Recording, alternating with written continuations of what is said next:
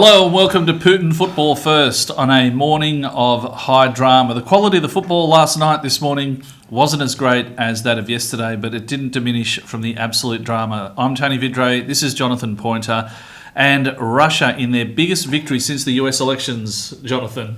Indeed. Look, I don't know where to start with this. Spain... I want to start by taking this off because this is bloody... What? hot. What? I can't hear what are you things. saying? I was disappointed, to say the least, with the Spain-Russia game. We tipped it as a non. We tipped it as Spain will absolutely crush them. Spain came out and played some lovely ticky-tacky, but the one person that scored for them was a defender from the Russian side who wasn't even looking at the ball at the time. Absolutely no effort to score. Both teams, it can be said, were playing for the draw by the end of 120 minutes. It was difficult to stay awake to watch. Penalty shootouts are always something that keep you awake, but that was just... I'm sorry, Spain, that was disgusting. It was terrible, yes. And I have a complaint to make against you and all of your sponsorships and football shirts.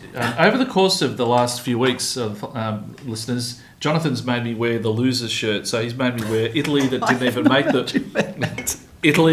make the World Cup final, the Socceroos that got knocked out early, Germany the other day, and today you put me in a Spain shirt. When clearly they got knocked out. They were terrible. This is very fair. I was wearing Argentina yesterday, okay? Yeah, that's it. So what do we do when we miss a penalty shot? We pull it, yes. With apologies to our sponsor, Everything Football. Speaking of sponsors, while Tony's making himself known, can I just thank River Roast Coffee? I have to say, never have you been more needed than this morning. Well done, James. Indeed. So, look, let's talk about both games. Let's now talk about Croatia and... Well, hang on. Just staying on Spain and Russia. Again, on paper we thought... on paper I thought that Spain would have been, a lot better. But you're coming up against the host nation. It was crucial who was going to score, the first goal. If Russia had scored in the first goal, Spain would have been in enormous trouble. Spain got the goal, and you think, well, geez, here's where the quality is going to come out. They'll control the match, Russia will, press forward. Spain will get them on the counter-attack, possession-based football. They'll slice them apart. And they didn't. Russia got back in the game and in patches actually looked, quite comfortable in repelling that, as you say, possession-based tick-attack of football. Well, 10 men behind the ball, it's not hard. Well, the stat at half-time, and I'm sure the one at full-time was just similar, 74% possession for Spain and 3 shots on goal. Yeah, which is... Now, this is the there's arrogance. Something wrong with that. There's just something off. And this is where, I get annoyed with the arrogance of teams like this, like Germany. We'll just do our thing and not worry about the opposition. The tick-attack of football that Spain played in 2010 was brilliant. They won the World Cup with it, well-deserved. 4 years later, the rest of the world were onto them. And they found ways to counter it. They've gone back to that style again, and other teams have found a way to repel them. So... I just don't understand enormous periods of I think it's bigger than pressure, that, it's bigger. Enormous periods of possession football without any shots on goal. Well, here's the thing, stinks. Right? What you say is very true. Tiki-taka football, people have found a way around it. But I take you back just a couple of weeks to Spain v Portugal. Tiki-taka football's great if you're leading up and trying to score. And what a game we had against Portugal. That's because they were playing possession-based and they were attacking. But because yesterday also... they didn't attack. No, but because also you had another team who came against them who played a similar style. So it was beautiful just to watch them, move the ball around. Russia were a different team. But how many shots on goal were there? They played Portugal and there were more shots on goal. Exactly, yeah. I mean, Russia had... I give you a clap for the defensive effort. Oh, it was terrific. But Spain, you're going straight to the Hall of Shame, as far as I'm concerned. That was not even trying. And I'm sorry if that's controversial. That's what it is. No, I sat up for 120 minutes, only to get a penalty shootout that, again, looked a bit odd. Yep.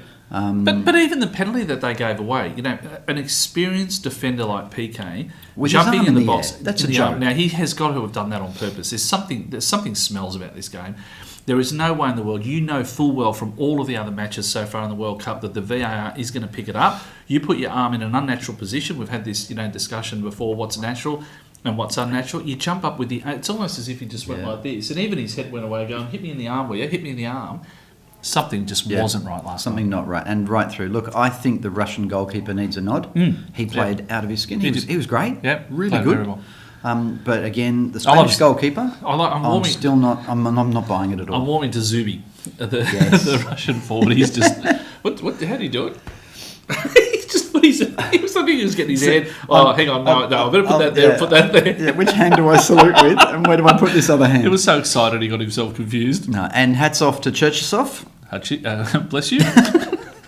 A tissue, yeah. We'll do that joke again sometime.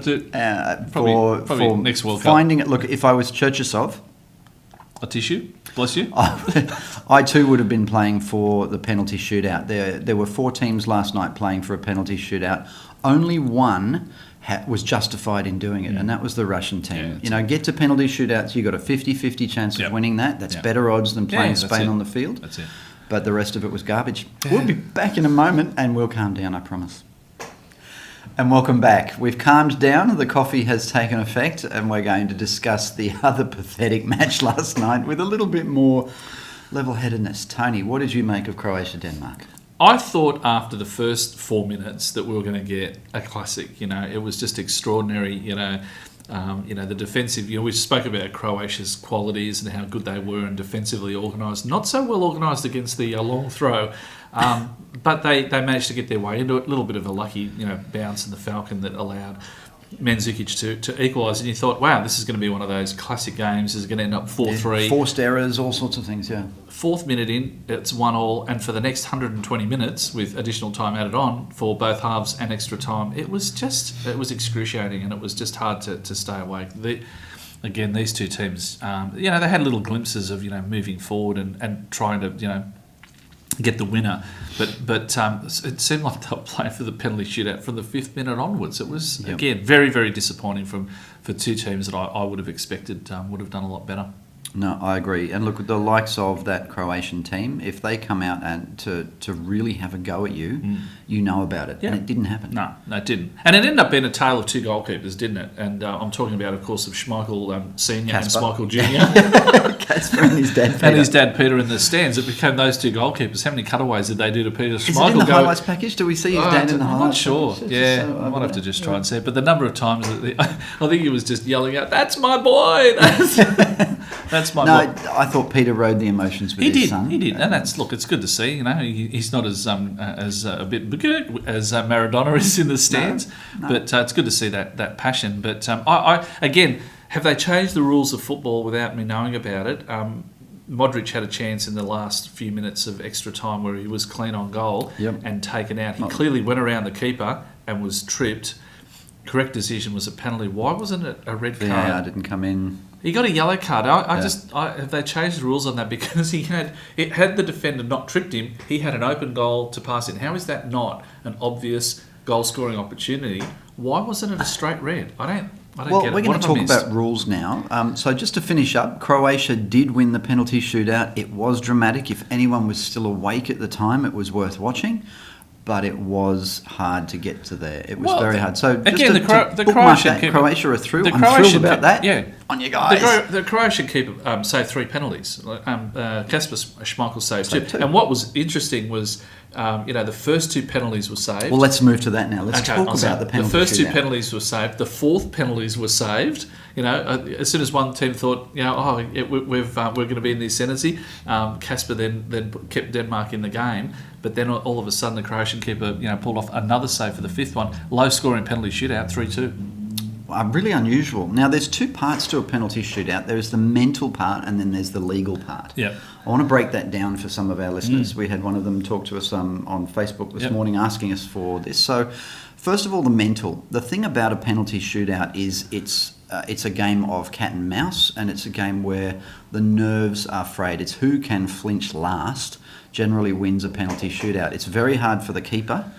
He's, not supposed to move off his line before the foot hits the ball. Supposed to. And 2, the player, he has to pick which way the goalkeeper's going before he hits the ball. Now, the person that takes the ball is supposed to not interrupt his run. His run up to the ball must not be stopped, right? And yet players are finding new ways to circumvent that rule? Yeah, it's I'm walking, I'm running, I'm walking, I'm running. Very yeah. hard for the keeper. Technically, possibly within the letter of the law, but certainly not within the spirit. Yeah. And goalkeepers aren't not allowed to leave the line. So your take on the rules, and are they being enforced? Well, I don't understand one thing, and that is the role of the assistant referee. Now, the assistant referee in all those penalties was probably, 3 or 4 metres away. He's right on the line. Back in the old days, before goal line technology, the role of that assistant referee was to make sure that the goalkeeper didn't move off the line and to check whether the whole of the ball had crossed the whole of the line. We have goal line technology now, so they're not there for that. So clearly they're there simply for the encroachment by the goalkeeper moving forward. Every single penalty taken last night, the goalkeeper moved off the line by a good foot, almost a metre. Even the penalty that was saved by Schmeichel during extra time, he moved forward. It was a terrific save, but at the end of the day, he moved forward. And it's been happening throughout the tournament. And these referees are right on the spot. It's happening right in front of their faces. And in fact, in an upcoming Ref's Riff, we've got a classic case. We go back to the Italian 1990, where something happened right in front of the referee. And he let it go, and he was actually sent home packing.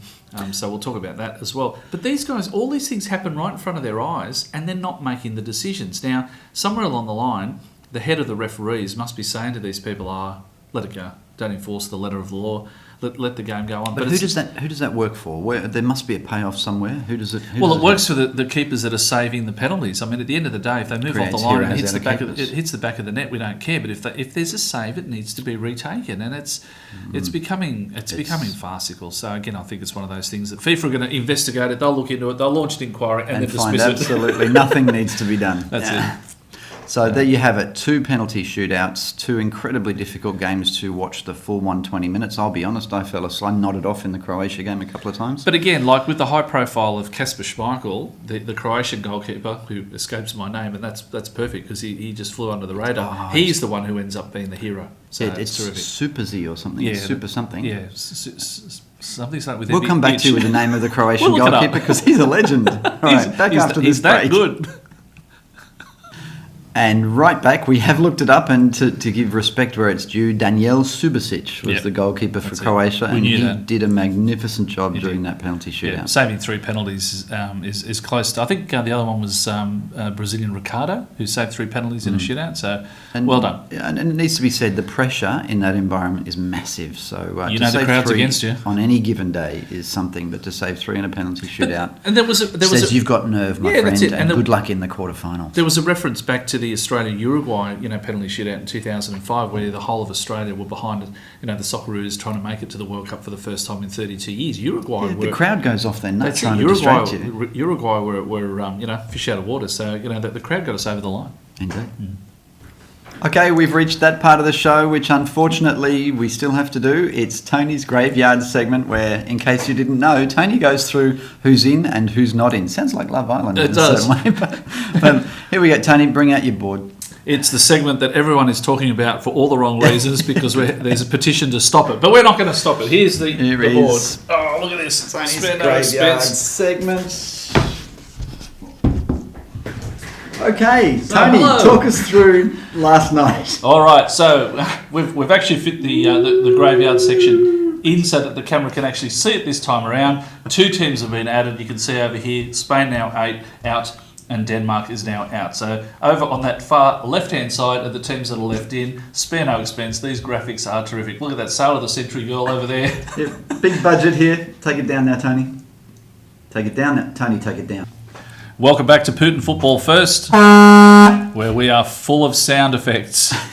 Big budget screens. Let's now preview tonight's matches and a couple of mouth-watering ties there is at that. Brazil, the might of Brazil comes up against Ochoa in goal and Mexico. He'll have a busy night. He will. And then another Belgium, great goalkeeper. Let's hope we don't need him. And another one, Belgium comes up against Japan. So how do you see both of those games going? I'm hoping that Brazil comes out absolutely firing. I think they're going to need to. I don't think Brazil's going to want to go to a penalty shootout. Do they know any other way? It's a 50-50 bet if they go to a penalty shootout. But does Brazil know any other way than just to come out and go flat out? Look, this World Cup has been full of surprises. You and I to begin with, but... This is But true. I would like to see the Brazil of old. They've been threatening. This is the game to bring it out. Mexico can be broken down. Yeah. But at the same time, they're tricky little fellas. And Mexico could make it difficult for Brazil.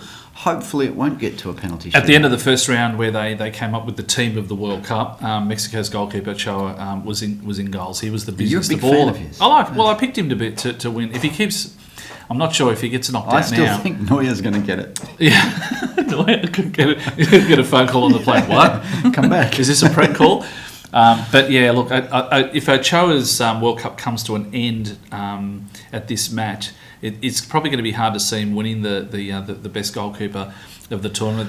They'd try and pick a keeper that goes a little bit further, but he's been certainly the busiest keeper, pulled off the best saves.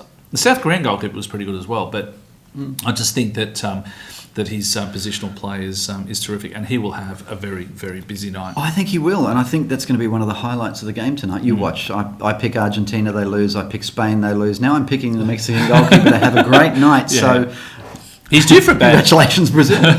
he's due for a bad night, but yeah. Look, I think the thing that worries me about this game is the referee and the VAR, the diving that comes to the game, especially Neymar. And I really hope they pick a strong referee that just won't take any shit and just sorts it out and just tells them to get up, or even starts handing out yellow cards for simulation. I haven't seen a yellow card for simulation yet. Has there been a card? There was one? There was good cause for one in the very first match. Yeah, I don't think we've seen one yet.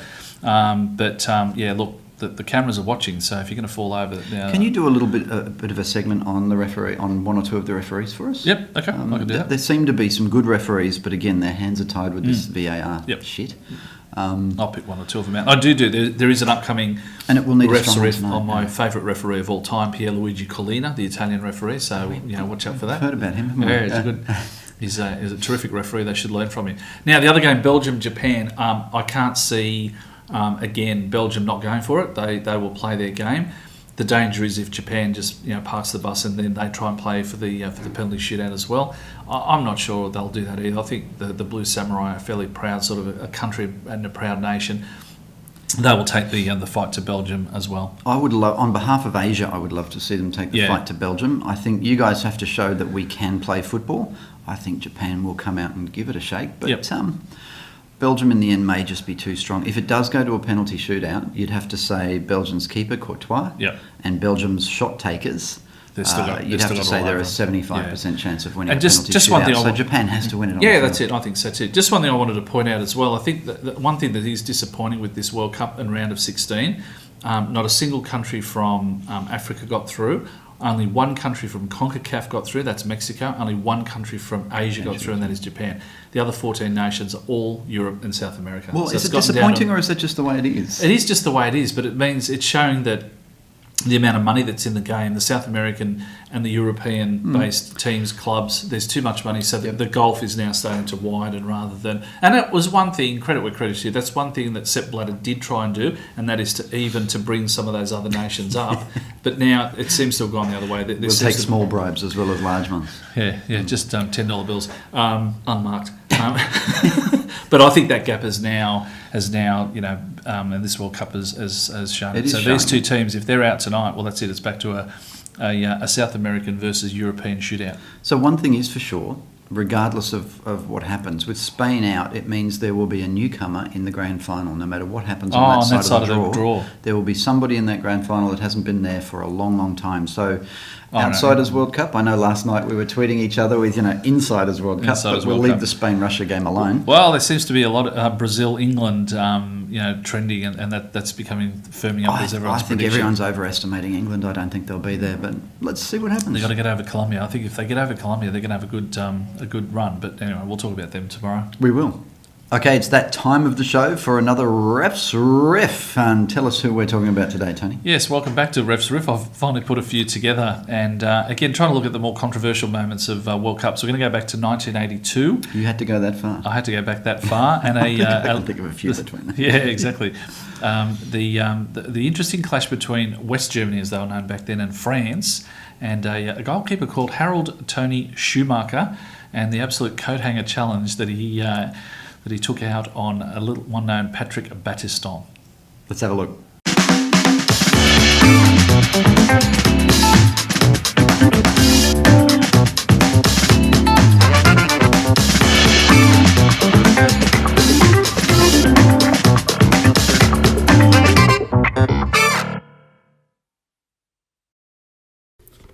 There are heavy tackles, there are brutal tackles, and then there is the tackle inflicted by Harald Tony Schumacher. Schumacher was West Germany's goalkeeper during the 1982 World Cup finals held in Spain. Having reached the semi-finals, they met France for a chance to play Italy in the final. With the score at 1-1, Patrick Battiston had only been on the field for 10 minutes when a superb pass from Michel Platini put the French striker clean on goal. Schumacher came running out from his goal and made no attempt to play the ball. He launched himself directly at the body of the Frenchman. Referee Charles Corver from the Netherlands was unmoved and incredibly deemed it to be a fair tackle. Battiston lay on the pitch, out cold. It took some convincing from the French players that their player was hurt, and finally Corver signalled for a stretcher. The tackle Schumacher inflicted on Battiston still haunts the Frenchman to this day. Any other referee would have sent Schumacher off and awarded a free kick to France. The match was restarted with a goal kick to West Germany.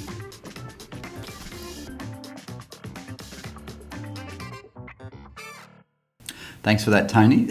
Very interesting. I wonder if we're going to get a ref's riff out of this World Cup. Oh, look, I'll keep an eye out on some interesting things. Well, again, the penalty shootouts last night might be worthy of having a bit of a chat. And the penalty not given. The segment might have to change. It might have to be the VAR something. Something like that, yeah. We'll come up with something. All right, let's move to Coach's Corner. And yes, who have you got? I'm doing Roberto Martinez today. Yes, former English Premier League coach, indeed, manager. And the man in charge of Belgium, perhaps the most talent-packed team in the World Cup. Let's have a look.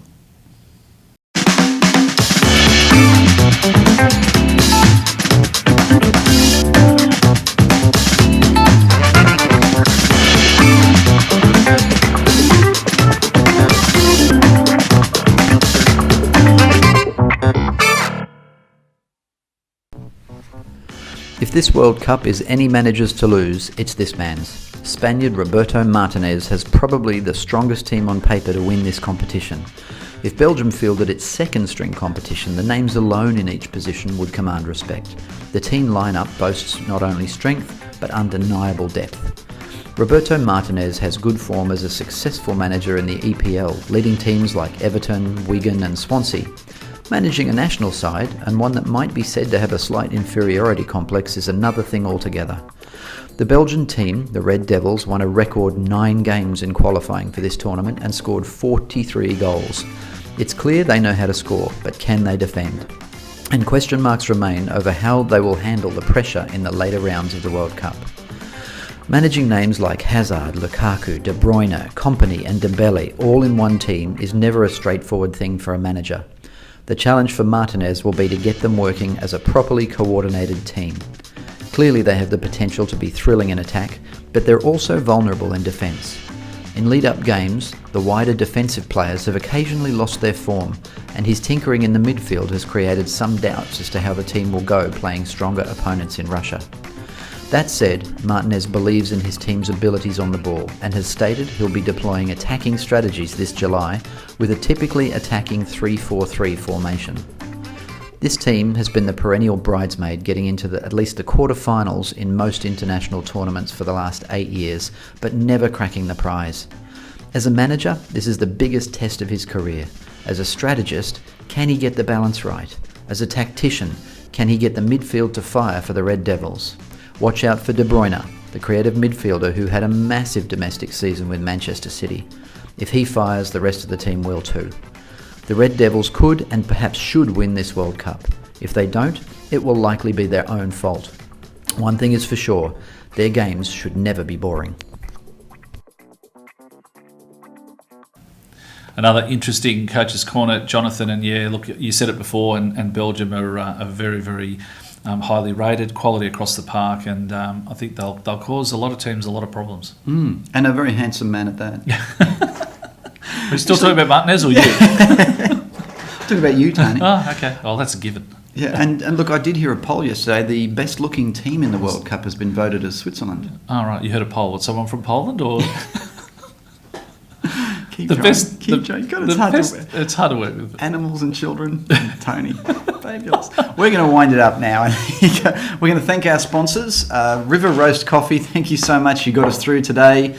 Murray's Brewing Company, you got me through last night. And, of course, as usual, Everything Football giving us the shirts for the people that are going to lose tomorrow. And one more person, the television. The television, yes. Thank you for that reminder. We would like to thank the good people at Bradford Industries who donated the screen behind us for the first 2 weeks of our telecast. Yeah, thank you very much, Bradford Industries. Really love your work. And just a reminder to like us on all social media platforms. Like us on Facebook, make some comments, share the page, and also there's a Twitter handle as well and the website. We are Putin Football First, and we'll see you next time. Thank you for the mime next to me. Namaste.